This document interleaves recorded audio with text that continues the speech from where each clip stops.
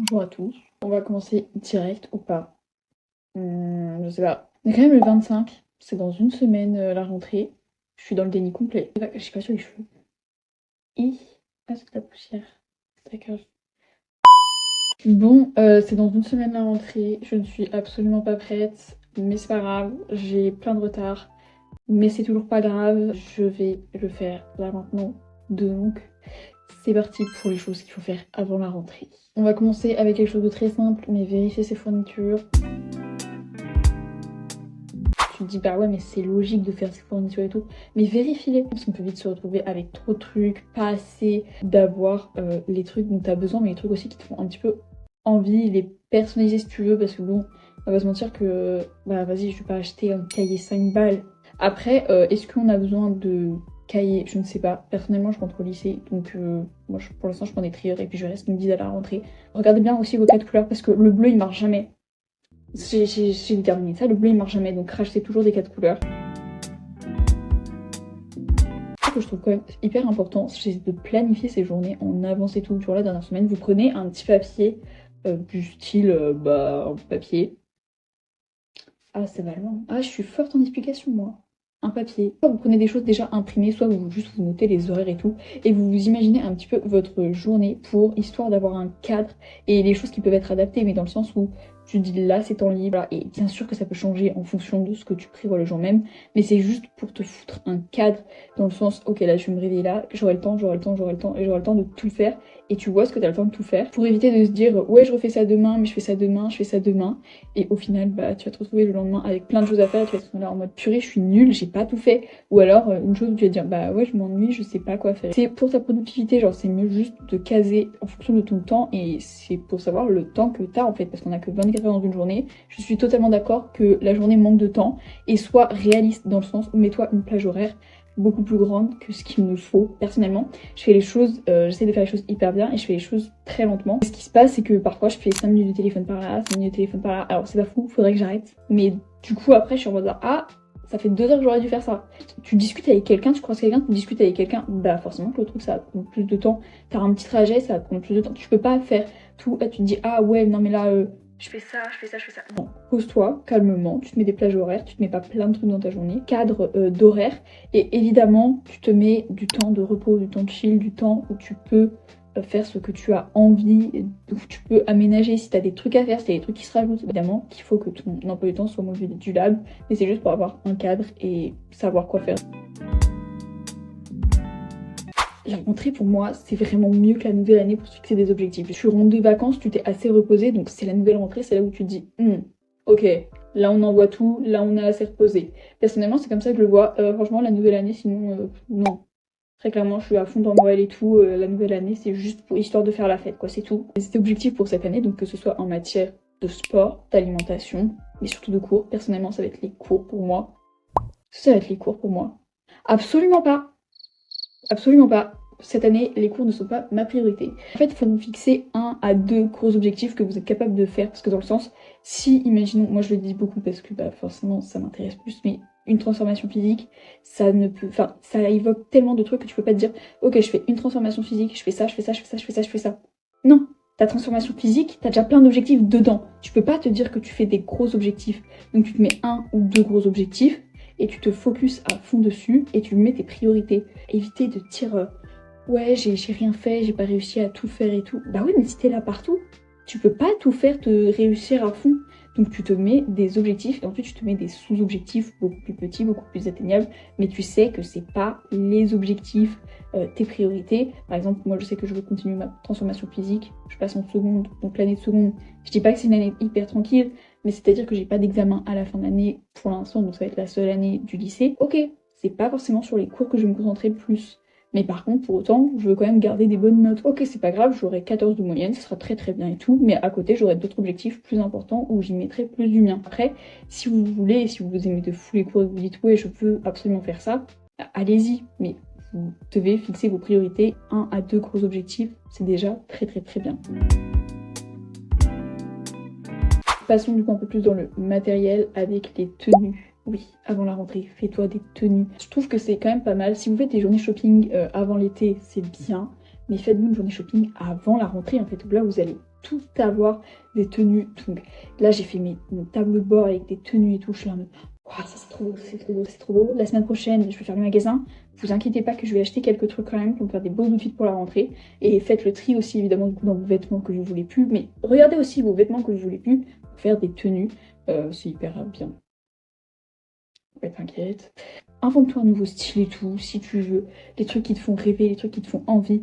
Regarde sur Pinterest, c'est incroyable. Mais ça, on va y revenir un petit peu après. Toujours dans le matériel, refaire la déco de sa chambre. C'est un renouveau. Moi, je dis, on refait toute la déco parce qu'on entre dans une année un petit peu plus supérieure.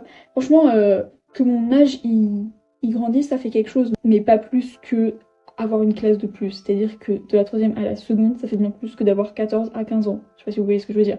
Par contre, du 15 à 16 ans, moi là, le 16 ans, je vais vite courir à la salle, donc ça c'est hyper important. Donc j'ai envie, si j'ai envie de tout refaire ma chambre. Bon après on n'est pas obligé de faire ça tous les ans, hein. Là très clairement ça fait 4 ans que je l'avais pas fait.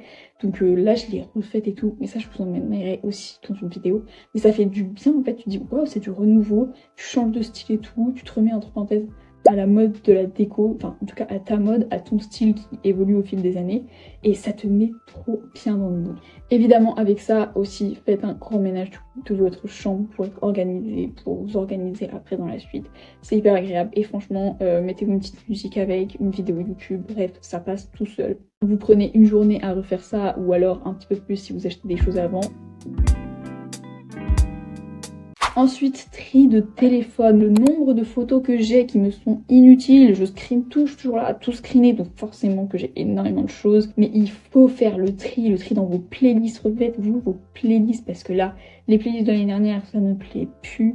Donc excusez-moi, mais quand tu as envie de marcher et tout, ou même juste d'aller au lycée, d'aller au collège, d'aller dans les études supérieures, enfin bref, à tout moment, de toute façon, il n'y a pas de moment pour mettre de la musique, tu le mets tout le temps, toujours de la musique, toujours. Et ça fait du bien de changer sa musique parce que tu as des musiques, waouh, tu les as tellement écoutées que vraiment t'en peux plus. Et c'est pareil pour les photos, enfin vraiment tu vas être là en mode, oh mon stockage est saturé. Les applications, pareil, enfin faire tout un tri et tout, c'est hyper important. D'ailleurs, faites vos modes, le mode ne pas déranger, le mode travail, le mode productivité. Je les ai fait un petit peu récemment, mais il faudrait que je les refasse. Et franchement, ça aide un petit peu, même si le truc, les réglages, ils sont pas calés. Parce que pendant les vacances, forcément, bon, écoutez, on fait un peu plus de téléphone, ce qui peut être parfois normal. Parfois, on en fait moins parce qu'on profite plus. Et bah, écoutez, tant mieux. Ça n'était pas mon cas. J'ai profité un petit peu quand même de mon été, mais bon, on va dire que l'été n'est pas encore fini. Il reste une semaine.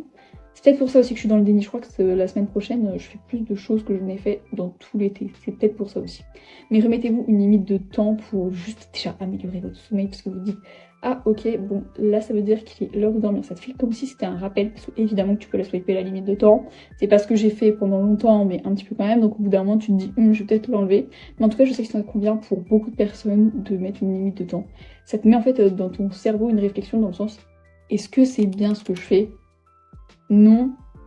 Bon, on va peut-être pas mettre oui. Parfois ça va trop vite et ton doigt il clique directement sur ignorer la limite de temps. Cela va emmener dans le prochain truc de reprendre le rythme. Levez-vous plus tôt, couchez-vous plus tôt pour justement reprendre petit à petit le rythme. Le matin, on est aussi un peu plus productive. Ça, c'est prouvé par mon expérience. C'est aussi prouvé, mais en tout cas, de mon expérience, c'est prouvé aussi. Sachez que je ne vais pas le faire. Je suis la pire. Faites ce que je dis, mais faites pas ce que je fais. J'ai une excuse, c'est que avant la rentrée, je fais une fête. Comment vous dire qu'on va pas se reprendre le rythme pour au final tout gâcher juste un peu avant la rentrée? Enfin, l'avant-veille. Tout est calculé. Comme ça, je me couche tôt le lendemain, très tôt, parce que j'aurais pas beaucoup dormi. Et comme ça, je reprends le rythme directement comme ça. Ouais. Bon, soit ça passe, soit ça casse. On verra le jour de la rentrée. Ça se trouve, je vais être un zombie, mais c'est pas grave. Ça sera juste le jour de la rentrée. Faut mieux que ça soit le jour de la rentrée plutôt qu'au milieu de l'année en plein examen, hein, c'est mieux. La rentrée, c'est toujours un petit peu plus calme. Mais vraiment, je vous encourage à le faire parce que c'est quelque chose qui aide beaucoup. En tout cas, c'est ce que j'ai fait les autres années et ça a toujours un petit peu marché. À part que souvent, t'as toujours un peu l'adrénaline de la rentrée. Et du coup, t'es pas fatigué et tu ne dors pas le soir et tu fais une insomnie avant la rentrée. C'est pour ça qu'il faut un petit peu quand même reprendre le rythme et n'hésitez pas à lire avant de dormir. Ça, c'est hyper important. Enfin, c'est les bonnes habitudes que j'ai. j'avais. À la rentrée, je vais reprendre toutes mes bonnes habitudes parce que là, c'est plus du tout possible. On profite quand même de la dernière semaine. Est-ce que ça va vous étonner, les prochains thèmes que je vais aborder? Pas vraiment. Mieux manger. Oui, c'est hyper important quand même de mieux manger, ça va t'aider à la concentration. T'as l'habitude de pas prendre de petit-déj le matin, essaye de t'en prendre un, même si tu te dis ouais mais moi je préfère dormir le matin, prépare-toi-en un la veille. Si t'as vraiment pas faim, évidemment te prépare pas de petit déjeuner le matin et surtout change le petit déjeuner dans le sens où il faut qu'il soit, essaye de le faire un peu plus nutritif. Tu peux toujours te faire plaisir, même en ayant un petit déjeuner plus nutritif qui va plus te caler et qui va t'apporter plus d'énergie, plus de concentration et du coup un petit peu mieux réussir à l'école. Je vous dis que tout est lié, je le sais par expérience testée, mais vous serez en tout cas plus énergique et vous tiendrez mieux la matinée et elle passera un petit peu plus vite. Vous mangez à la cantine, bah écoutez, logiquement c'est souvent assez équilibré, mais si vous devez apporter votre repas et tout, essayez de préparer vos repas en avance, vous les congelez soit la semaine et tout, vous pouvez les préparer alors longtemps en avance, mais vous les congelez, sinon 2 jours à l'avance, et comme ça vous avez vos repas. Essayez de cuisiner en plus gros, mais du coup des choses meilleures pour votre santé. Bon je sais, on se dit mais Manon, tu rentres qu'au lycée, c'est tes parents qui préparent. Moi j'ai la chance que ce soit moi qui me prépare parce que bah je mange pas pareil que mes parents, parce que j'aime pas. Déjà, et ils acceptent totalement, je les énerve pas avec ça, je n'achète pas non plus plus supérieur, je prends aussi des aliments qu'ils ont, donc enfin, en tout cas nous il n'y a pas de souci. Après, si évidemment c'est vos parents qui cuisinent, vous pouvez voir ce qu'ils cuisinent et tout, vous pouvez prendre, emmener, je pense que il y a plein de choses à faire, il y a plein d'inspirations sur internet, sur TikTok, en vrai. Allez chercher partout, vous trouverez. Mieux manger sans quoi? Sans le sport, c'est non. Évidemment qu'on fait du sport. C'est important d'avoir une activité physique. Donc je sais qu'alors, c'est aussi sur toute l'année, mais c'est avant la rentrée, c'est quand même important un petit peu de se remettre dans les activités physiques. Il y en a beaucoup quand même qui sont déjà dans des clubs et qui du coup, qui ont fermé et qui reprennent à la rentrée. Donc ça, c'est très bien. Après, vous pouvez aussi aller un petit peu courir, aller faire du vélo, juste là. Bon, la dernière semaine, c'est un petit peu... le sport, c'est toute l'année, quoi. Bouger son corps, ça fait du bien et ça te permet un petit peu d'avoir une discipline, de t'enlever tout le stress, toute la pression que les cours, elles te mettent. Donc tout au long de l'année, c'est hyper important.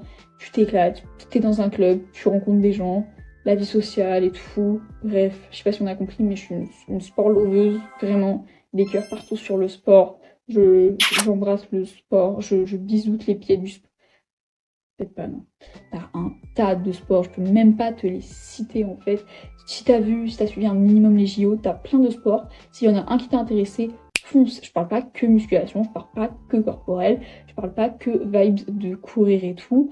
Non, si t'as un sport que t'aimes, que ce soit le tennis, le basket, le foot, le hand, le volley, bref, je vais pas toutes les citer, mais tu y vas parce que c'est ce que tu kiffes et ça c'est le plus important. Bon, et aussi avant la rentrée, tape ton glow up.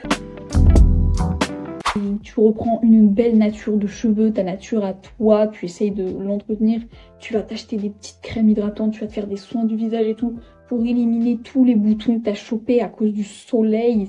Mais c'est ça, en fait, faut taper un peu son glow up. Bon, par contre, on revient toute bronzée, mais on revient pas toute bronzée parce que le soleil cette année, on sait pas trop ce qu'il faisait, mais il était pas souvent là, quoi. Tenu, pour venir, vous êtes là en mode wow. Alors, bien sûr, taper un glow up physique, quand vous avez des objectifs physiques, ça ne se fait pas en une semaine avant la rentrée, qu'on se mette bien d'accord, parce que bah, c'est normal, un physique, tu peux pas perdre du muscle, t'affiner, prendre des formes, bref, ce que tu veux en une semaine, ce n'est pas possible. Tu peux commencer, mais tu vas pas avoir les résultats, ou alors ça veut dire que c'est vraiment pas bon, quoi. C'est ça que veut dire, donc forcément que ça va être plutôt sur toute l'année, mais tu peux faire un peu les choses superficielles, te refaire un make-up, améliorer ta routine de make-up, améliorer ta skincare, améliorer tout ton self-care en fait. Tu fais tout. Donc ça ne convient pas forcément à tout le monde, personnellement ça me convient pas du tout, je n'arrive pas à écrire tout le temps. En fait ça me convient que par période, mais en gros je le jette à la fin. Donc peut-être que je le fais mal, et franchement je pourrais réessayer, j'essaye toujours. Mais du coup tenir un journal de bord, pour ceux qui aiment bien écrire, tout ce qui est habitude et tout, on voit beaucoup de bullet journal. Faites-le si ça vous motive, si vous voyez les habitudes et que ça vous motive à le faire. Mais après, il faut avoir aussi un petit peu le temps de le faire. Donc je sais que souvent ça tient septembre et puis après, plus personne le fait. Réorganise-toi une semaine avant, tu marques toutes les choses toutes les habitudes que tu veux avoir et les petites, par exemple, si c'est juste boire 1,5 litre d'eau par jour, comme ça, c'est plus facile que de dire tout de suite être parfaite.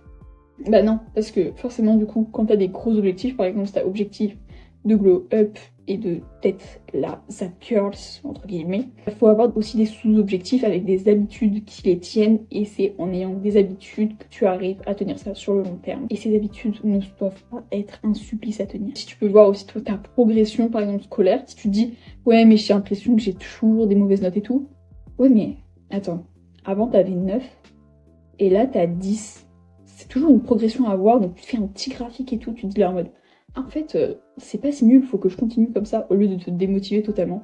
Et puis évidemment pour de l'écriture, si t'aimes bien écrire, si ça te vide la tête, moi j'écris beaucoup dans Notes, mais si tu veux le faire dans un journal de bord ou sur ton ordinateur, sur Notion, enfin il y a plein d'applications je pense pour avoir un journal de bord. Donc bon, sur Notes c'est bien sympa, mais t'es encore sur le téléphone et tout, et c'est pas comme ça qu'on va baisser notre temps d'écran quoi. On doit tenir toute l'année pour nous aider à rester motivés toute l'année, romantiser ton année scolaire. Ouais, c'est un peu compliqué de dire comme ça, mais vraiment, quand tu te dis, ouais, en fait, c'est pas si mal de réviser, c'est romantique et tout, t'aimes, tu kiffes ça, bah ça le fait en fait. Tu vois, tu te mets un petit café. Je sais pas pourquoi, vous avez vu là dans l'image d'avant, il y a toujours un petit café sur les photos presque. Toutes les choses comme ça, en fait, où tu te crois un peu sur Pinterest, bah t'as l'impression, je sais pas, c'est plus motivant. C'est le thème d'après. Et je vais d'ailleurs remballer sur ça, parce que du coup, pour romantiser son année, qui est super important pour tenir, je vais parler de Pinterest. Pinterest, c'est vraiment le fourre-tout où tu vas trouver toute ta motivation. Tu peux te faire des journaux de bord, tu vas regarder tout. En fait, tout ce que je t'ai dit là, tu vas sur Pinterest pour trouver des inspirations. Prendre soin de soi, évidemment, avant la rentrée, tu profites quand même un minimum, mais surtout tu prends soin de toi. Toujours dans le style un peu skincare, toujours dans le truc où tu lis, tu prends soin de toi, tu te mets pas dans un état de stresser la rentrée totale. Tu penses à ce que tu vas faire, comment tu en fais, quand tu t'organises pour que tout se passe bien. Tu trouves toujours des solutions à tout. Tu prends la semaine au lieu de te dire non, ça va être horrible et tout. Au final, tu vas gaspiller ta semaine. Une semaine de vacances quand même, franchement c'est pas rien. Ok, je vais faire comme ça va te préparer, c'est pour ça que c'est important toujours d'avoir au moins une semaine d'avance, quelques jours d'avance. Parce que je dis ça, mais moi ma vidéo elle va pas sortir une semaine avant la rentrée, elle va sortir genre 4 jours avant la rentrée. Mais pour l'instant tu prends aussi du temps pour toi, tu te regardes tes petites séries tranquilles, chill et tout. Vraiment la semaine c'est pas la semaine à fond dans la rentrée et tout. Non, c'est pour préparer ta rentrée, pour être bien, pour être à l'aise, pour ne pas stresser toute l'année justement, pour t'organiser. Je pars au lycée et je sais aussi ce que ça fait de perdre des potes. Alors personnellement, bon j'étais au CNED, pas trop dire ça, mais je sais que tout le monde ne va pas dans le même établissement et que ça peut faire mal. Mais c'est ok, que faut pas avoir peur de ça, que c'est pas grave, que peut bien se passer, faut pas oublier que ça va être des nouvelles rencontres. Tu peux toujours garder tes potes d'avant. Peut-être que vous allez vous éloigner parce que bah ouais, c'est la rentrée. On ne peut pas non plus savoir ce qui va se passer et c'est pas grave non plus de perdre tes potes, même si ça fait mal, tant qu'on n'est pas non plus en mauvaise entente. Franchement, je préfère perdre des potes de vue plutôt que de me disputer avec des gens et de les détester. Enfin, moi je déteste personne, enfin j'ai pas d'ennemis. Petite ref à Vinland Saga. On aime bien, on aime bien. C'est ok, juste ne te ferme pas et essaye de socialiser au maximum. Bon, je sais que pour des personnes c'est un peu plus compliqué parce qu'il y a des phobies scolaires et tout. Je suis un petit peu passée par là aussi où c'était très compliqué de me sociabiliser. Mais il faut quand même un minimum se forcer, pas forcément pour ces personnes. Enfin, si tu peux essayer de te forcer, mais je sais que ça va être beaucoup plus compliqué. Mais en tout cas, essayez de vous forcer pour ne pas tomber dans le cercle de je reste seule, je suis toute seule, parce qu'après les groupes qui se forment et après on n'y arrive plus. Donc on peut trouver des bonnes personnes et tout. Ça se trouve, on teste avec des gens, ça marche pas, mais au moins on aura un petit peu plus d'ouverture pour aller avec d'autres personnes, quoi. Donc, profitez de vos vacances toujours. Franchement, on a encore son kiff, on a quelques jours, on profite de ces derniers jours de vacances. Je sais qu'il y en a qui ont déjà repris le travail ou la rentrée. Vous me direz dans les commentaires si votre rentrée s'est bien passée. Bref, ne soyez pas stressés, reprenez des bonnes habitudes, faites du sport toujours. Et c'est tout. D'accord, comment finir cette vidéo? Est-ce que j'ai toujours le cil dans l'œil? Tiens, on va le finir par ça. Est-ce que j'ai toujours le cil dans l'œil? J'en ai aucune idée. Ça pue. Ça pue tout comme mon déni pour la rentrée qui est dans une semaine. C'est peut-être pour ça aussi que je ne suis pas stressée. Rappelez-vous, ça fait 1 an que j'ai pas été dans un établissement scolaire.